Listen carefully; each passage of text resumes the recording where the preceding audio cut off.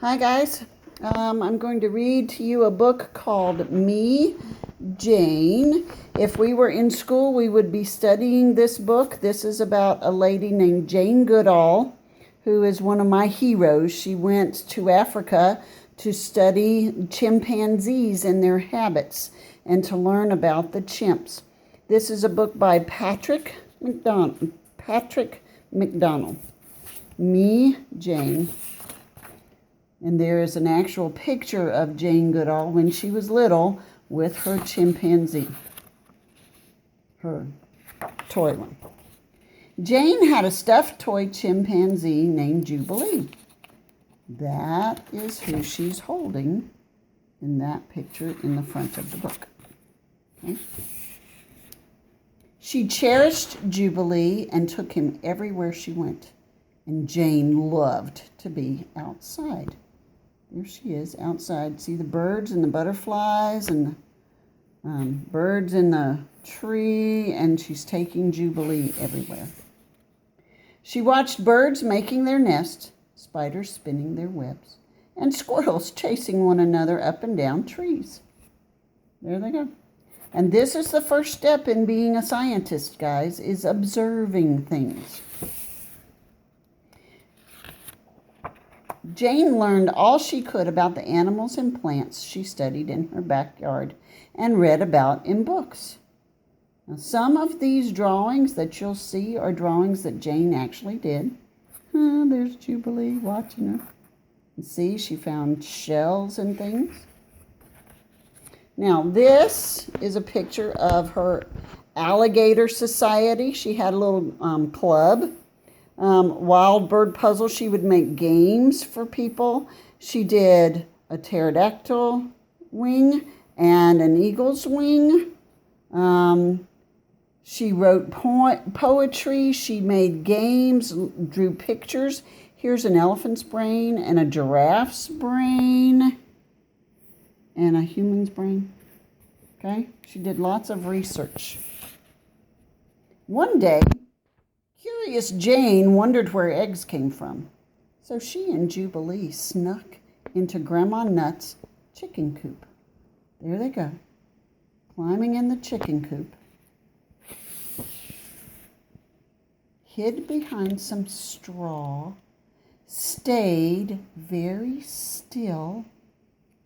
Look at the hen. Something's not right about this. And observed the miracle. There goes the chicken laying the egg. And they're watching to see how this happens. It was a magical world full of joy and wonder, and Jane felt very much a part of it. Aw, see the animals getting close to her? They know that she's a good person. Jane often climbed her favorite tree, which she named Beech. She would lay her cheek against its trunk and seem to feel the sap flowing beneath the bark. And that's one of the things we would have done if we had been in school.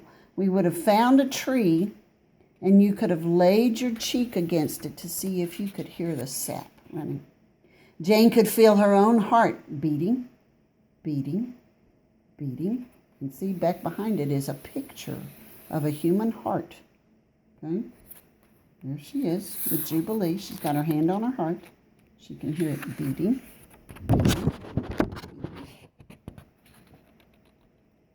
With the wind in her hair, she read and reread the books about Tarzan of the Apes, in which another girl, also named Jane, lived in the jungles of Africa.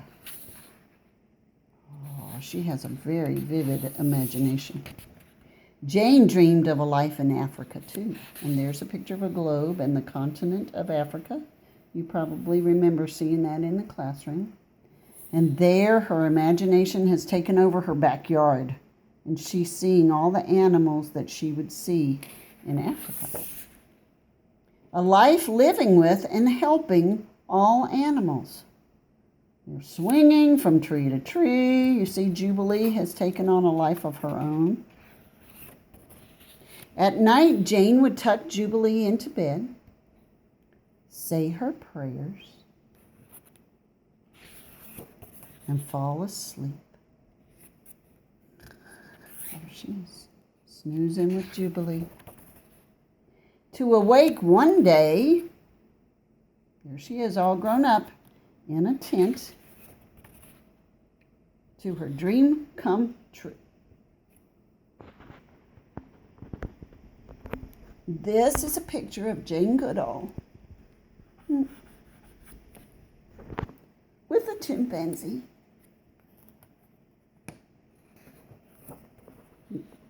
Information. If you get a chance, look her up. She is amazing. And I think there's a picture. Oh, there's one of her drawings. Several of her drawings are in this book. There she is as she looks more like today. She is still alive as far as I know, and writing books, doing research. Love you. Bye-bye.